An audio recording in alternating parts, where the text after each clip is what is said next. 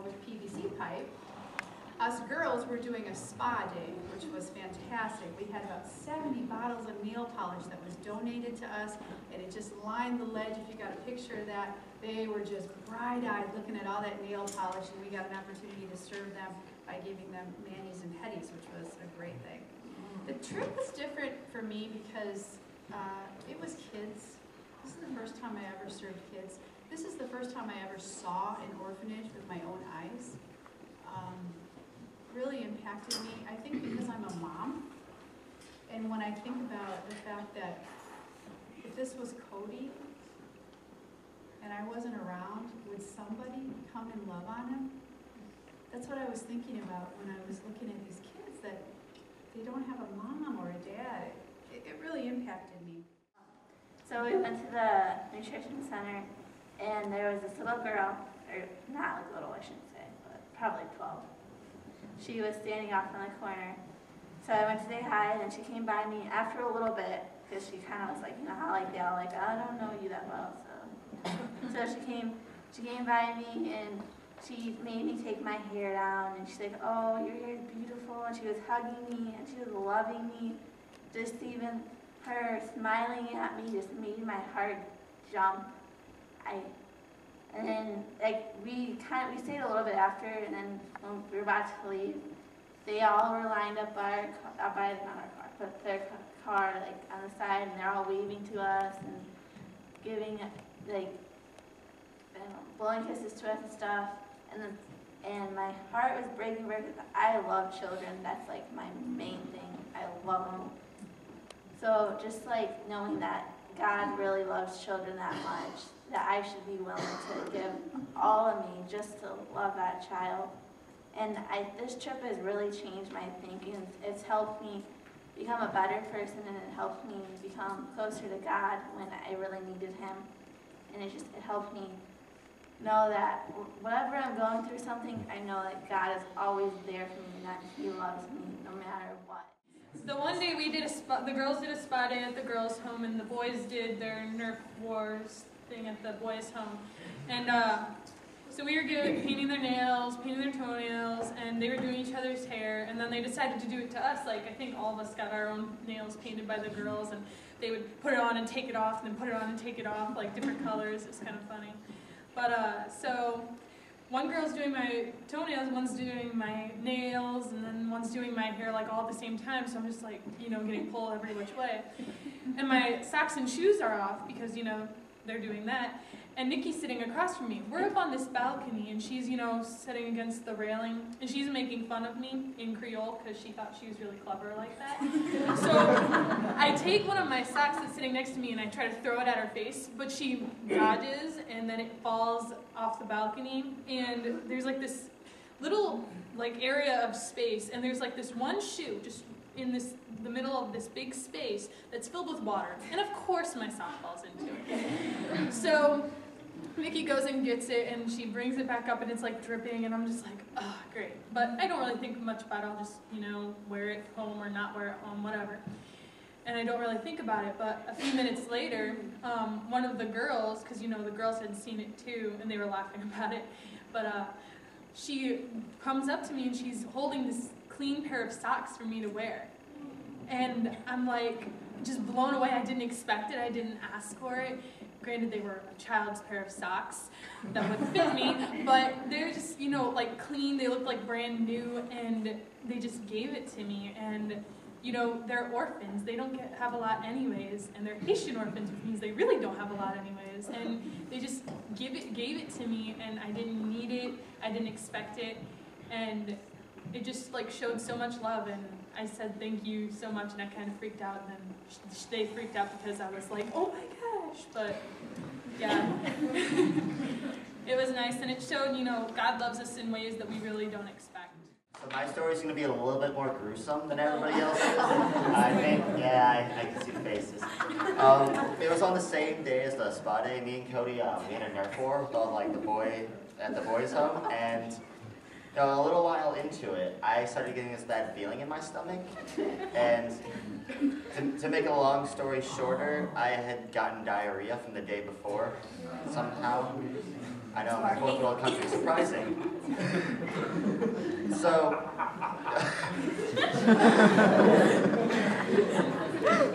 it's gonna be really gruesome, I'm sorry. And so, Jeff Brown, who I was sitting next to at the time, hands me toilet paper, and he leads me to this outhouse contraption from hell. Like, what it was composed of, it was like sheet metal with, you know, a couple 2x4s making kind of like a shed contraption. And then for the toilet, it was a chimney chute, which was just like a cement block with a hole in it that just went straight down. It looked like a square well almost, and everything was, I hope, damp, and all the floors, it was dirt, so, you know, I think it rained recently because it was all muddy, I hope.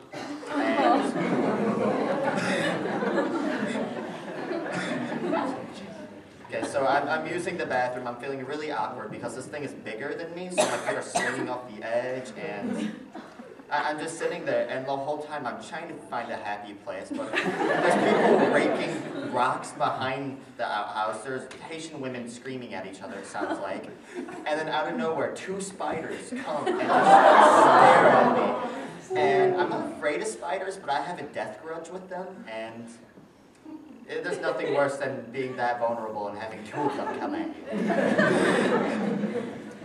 But the whole time I was sitting there, it just dawned on me that in America, we are truly blessed to have indoor plumbing, at least. And, you know, we complain about the littlest things, while these people in different countries, they have nothing almost. Like, just for the showers at the compound we were staying at, which was a really good compound, there was no hot water, there was no water pressure, so it was just like a little trickle of ice-cold water, which felt good on a sunburn. But, you know, after a while, you got used to that cold water, and every once in a while, there'd be a little lizard in the bathtub with me. And I just gave up, and, you know, taking him out, so I was just done with that. But yeah, it's like, that's their normal, but they're happy with it. But in America, we have indoor plumbing, we have hot water, which is the best invention in the world, and we're just almost miserable with our everyday lives, and I really don't know why. And I was just like trying to like just wrap my brain around, okay, I'm in a third world country and everyone here does not look like me at all. And I can't even talk to them if I wanted to. Be like, where's the bathroom? And they'll be like, what? But in Creole, so I don't even know what they're saying. It's like what in Creole, whatever that is. So I was just like, wow, I really need to take a step back. I felt like extremely small. Like I'm like this, I felt like the tip of a needle in a haystack. Not even the needle, like just the little tip of it.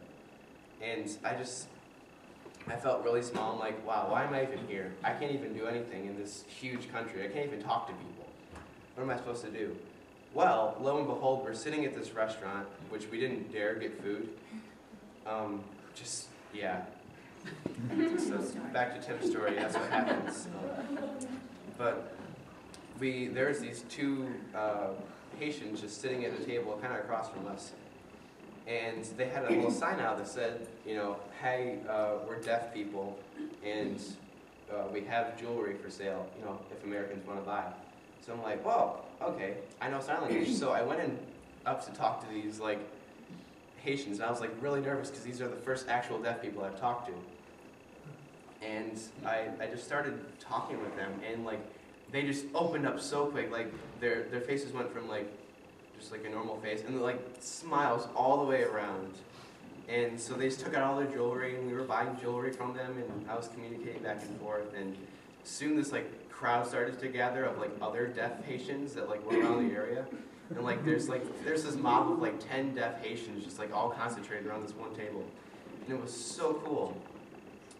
But I just felt like it was so amazing that there's these deaf people, and the word for deaf people in Creole is the same word as baby.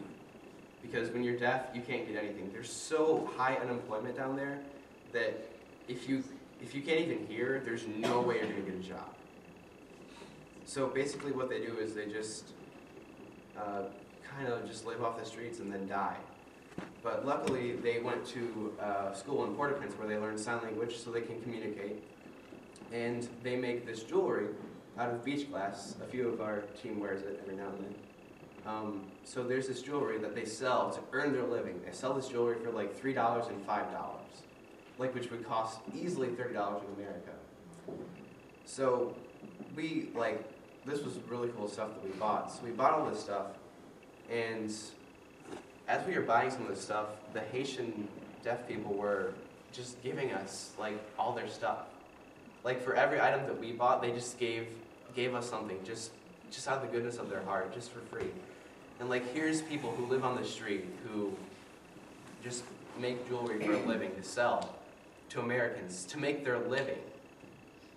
And they're just giving us all these items, and it was just so cool to see their expression. They would just sit and they'd be like, "Oh, I want to give Miranda this bracelet," and like they would just tell me that. I'm like, "Oh, that's so," like just seeing the expressions on their face, like I'll never forget that. And it was just so amazing that these complete strangers, just because you could talk with them, they were just so giving for people who had nothing. So. I think it was like the third day, one of the guys that was with us, we had two people from the Haitian Support Ministries that traveled with us, and he said that there's a saying that says the people that know the most about Haiti are those who have been there for a week. And meaning a lot of times we go into places like this and we think we know everything. You know, I'm going to go in and I'm going to fix Haiti. I'm going to solve their problems. And what you come to find out while you're there is that we're not called to fix Haiti, and we weren't called to do that, but we were called to go and to love. We can't fix the country of Haiti. It goes much deeper than just one trip in 1 week. But we could go and make a difference in one life, or 2 lives, or 3 lives. And the purpose of our trip was to go and love. And you notice from the pictures, and if you hear us talking, I mean, it almost seemed like it was too much fun. Like, this can't be a missions trip because we're having too much fun. And it was. We had so much fun. But we come out at the other side and we are changed. Every single one of us is changed because we had the opportunity to love and be the hands and feet of Jesus. And on the other side of that, we end up being changed. I brought some bracelets from home to give to some of the kids just because I don't think they have bracelets, so I just gave them to them. And we were just playing bubbles and chalk and dancing, playing Ring Around the Rosie and stuff. And as time went by, it was like an hour or 2 or something, and it was already time to go. And all the kids were just on top of me, wouldn't let me out of the room. And Mr. Jones had to pull me out. I was like, "Come on, it's time to go." I was like, "I can't get out of the doorway." And they were just all following me to the car. And one of the girls came off the street. She wasn't even from Montreal or anything. And she just said, "Can I have this bracelet off your arm?" And it's this little green string. And I already gave all my other bracelets away already. And I said, "I can't get it off my arm. But if I tried hard enough, I could have. But I didn't want to give it away because it had too much of a meaning to me because it was from Oregon." And I felt terrible for not giving it to her. And then on the last day before we left, we were having a party at the boys' home. And these 2 girls named Jana and Madeline gave me 2 Easter eggs from the Easter egg hunt. And they just gave it to me and said, like, open it. Well, but they're speaking Creole, so I just assumed that's what they said. And so I opened it, and it had this in it, and these bracelets, ankle bracelets, and a necklace that they just gave me all of their possessions that they had on them. Didn't care. They just wanted me to have it. And then that just broke me down in tears because I was like, I wouldn't give away a string of a bracelet, but they gave me all that they have. And that just like changed me right there. I just couldn't even believe that. I have become, over the last almost 2 years, I have become extremely biased toward Victory Christian Academy. This was my 33rd trip to Haiti. And I'm not exaggerating when I tell you it is the best trip I've ever been on. And it's the best trip I've ever been on because of the team